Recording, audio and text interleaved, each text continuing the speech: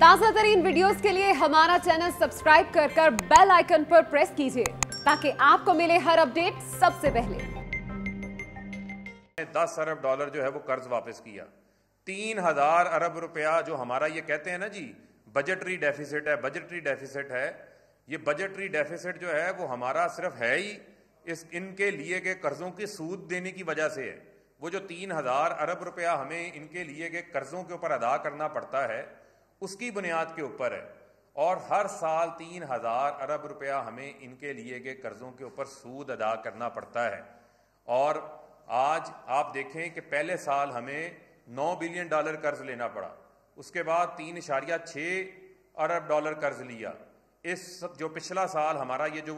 गुजरेगा उसमें हमने 3.2 बिलियन डॉलर लिया, यानी कि हमारी हुकूमत का कर्ज लेने का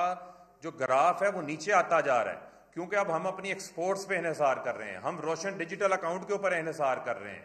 हम जो है वो बैरून मुल्क तहसीलात के ऊपर इन्हिसार कर रहे हैं। पाकिस्तान में 55 बिलियन डॉलर का इनफ्लो आया है, और ये देखें कि इंशाल्लाह एक वक्त आएगा कि पाकिस्तान के पास अपने वाफर डॉलर्स मौजूद होंगे, और हम ये तमाम जो बड़े इदारे हैं इनके चुंगल से जो है वो बाहर निकलेंगे। जो ये इदारों का मुल्की मैशियत का बेड़ा करके गए हुए हैं उससे हमारी जान छूट जाएगी। और जो कहते हैं कि नवाज शरीफ को एटम बम बनाने के ऊपर सज़ा मिली, और भी नवाज शरीफ को एटम बम बनाने के ऊपर सज़ा नहीं मिली, कोई एटम बम आपने अकेले नहीं बनाया था, ये तो एक कौमी नेशनल सिक्योरिटी का मंसूबा था, इसके ऊपर डॉक्टर कदीर खान ने भी काम किया था, इसके ऊपर तो हर हुकूमत के अंदर काम होता रहा। आपने तो आकर जो है उसके ऊपर तख्ती लगाई अपनी। लेकिन मुझे ये बताएं कि आप कौम से सच बोलें, इनके आके जो जीजी ब्रिगेड है इनकी वो आके कहती है जी कि एटम बम बनाने पे जेल में डाल दिया, तो हकाइक फैक्ट्स ये हैं कि आपको जेल में डाला गया, जो पनामा के अंदर आपके फ्लैट सामने आए, जो आपकी करप्शन सामने आई, जो आपकी इस मुल्क से की गई मनी लॉन्ड्रिंग सामने आई, आपको सजा हुई है। इवन फील्ड के महलात के बारे में आपने सिर्फ कतरी खत पेश किया था, आपने जाली ट्रस्ट डीड पेश की थी, उसके ऊपर आपको